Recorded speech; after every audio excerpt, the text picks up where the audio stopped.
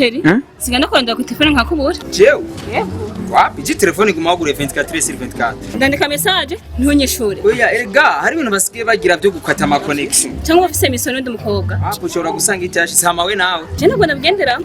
Bikashareka nkuko ndakwemera nyene. Mbega ikinyemeze ko nkunda ni cyane. Bana kujya kuri tomate ruhiye. Je niko ndagukunda. Kwa kumukaturi muga biri kumwe n'icyayi.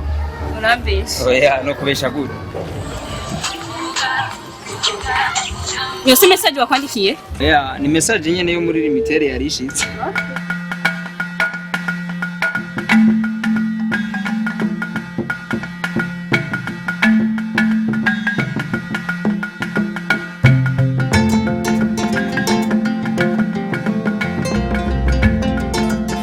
Sijuma ntayicaga. Nanje mbahari yijya kweri kuri 23 reka ngende rero kweri. Kare dusegera. Warukiye kunsegera kabisa. Yakumyanguratinya. Wapi? Ni bisanzwe. Ikintu rero kwa nti. N'utuntu twariko ngaha juste gusa akabizo. Bye rero. Umusi mwiza.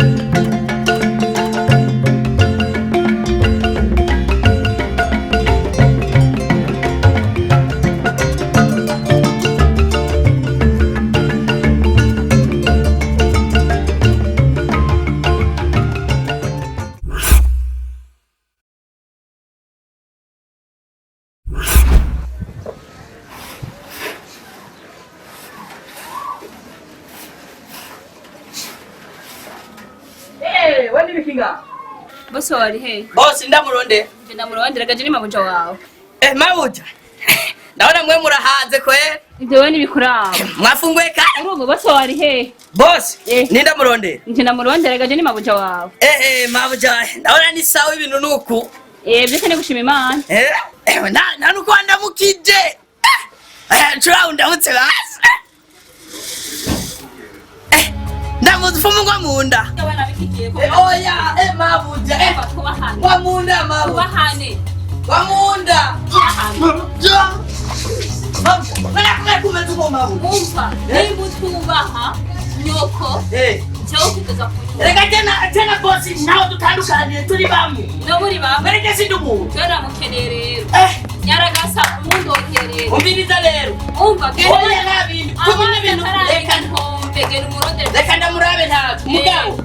Si byiza. Nashaka kugenda.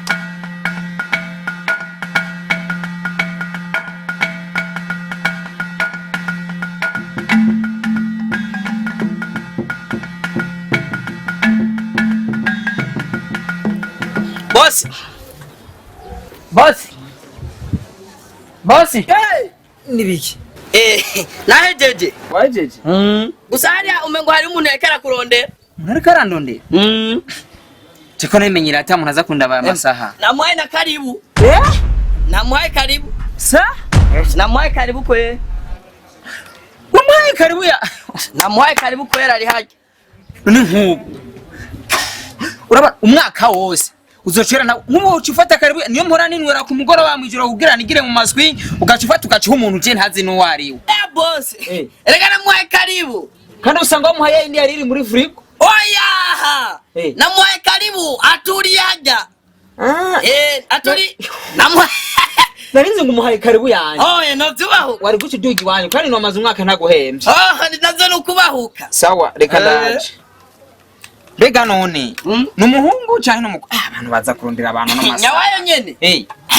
Mbona haze. Usanga yakurondera umuntu. Yafunguye bikwiye. Utujyana nyereye. Okay.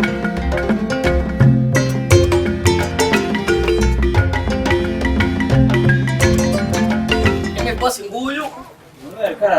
Ndonyene. Sawa. uvuze ngo Sheri sawa. je nitwa micopo sinitwa shi Umvira neza kuri sheri wanje. jewe Eh.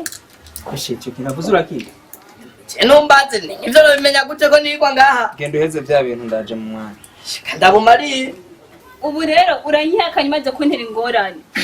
gute nibaza ko noba ndiko ndarota ibindi ko ndabona sinzi ko ari Iyi nda wanteye wari uzi ko bitazokugaruka. ngira iki Inda wanteye. ndagutera inda Eh.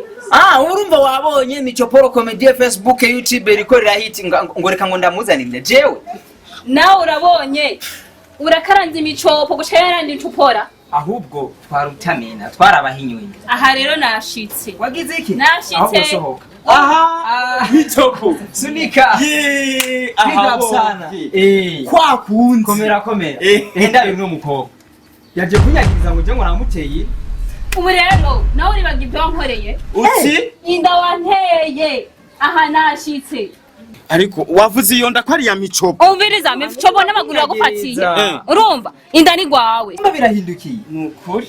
N'ubu yaraguteye None niko sunika. Waransubiza irashika. Umvise. aho rero sawa je ndakiza Wanka wemera.